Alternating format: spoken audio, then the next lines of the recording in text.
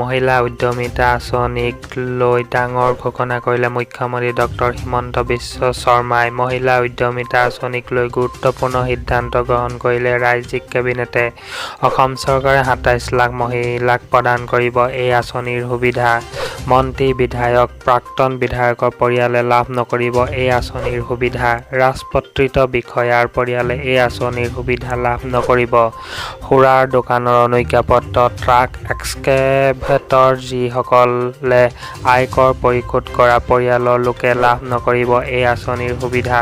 যিসকল মহিলাই মহা লাখপতি হৈছে তেন্তে এই আঁচনিৰ সুবিধা লাভ নকৰিব।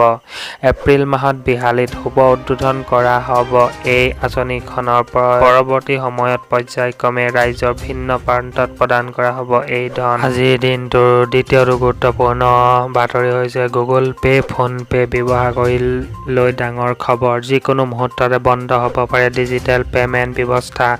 UPI ব্যৱহাৰকাৰীৰ বাবে আহিছে কেইবাটাও গুৰুত্বপূৰ্ণ নিৰ্দেশনা। সঠিক নিৰ্দেশনা নামানিলে স্বয়ংক্ৰিয়ভাৱে বন্ধ হৈ পৰিব পাৰে অনলাইন ট্ৰাঞ্জেকশ্যন। দীৰ্ঘদিনে বন্ধ হৈ থকা মোবাইল নম্বৰৰ গৰাকীৰ বাবে ডাঙৰ খবৰ। ভাৰতীয় ৰাষ্ট্ৰীয় পেমেণ্ট কৰ্পোৰেচন বেংকৰ তৰফৰ পৰা জৰুৰী নিৰ্দেশনা প্ৰদান কৰা হৈছে।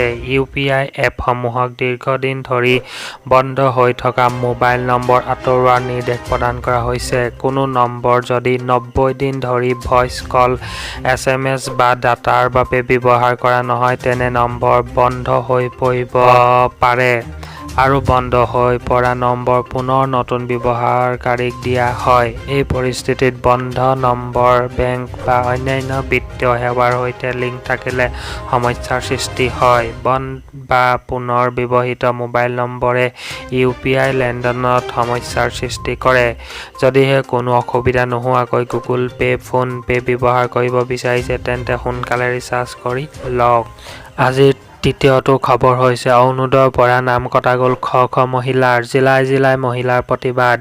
দীৰ্ঘদিন ধৰি অৰুণোদয় পাই থকাৰ পিছতো কিয় নাম কটা গ'ল প্ৰশ্ন মহিলাৰ। নাম কটা যোৱাৰ পিছতেই শ শ মহিলাই ওলাই আহিছে ৰাজপথলৈ। যোগ্য হিতাধিকাৰীৰ বিপৰীতে পঞ্চায়ত সভাপতি, নেতা-কৰ্মীৰ বিৰুদ্ধে অভিযোগ।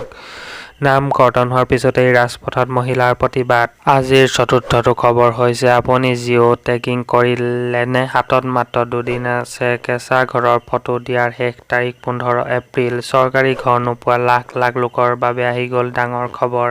হাতত মাত্ৰ 2 দিন আছে।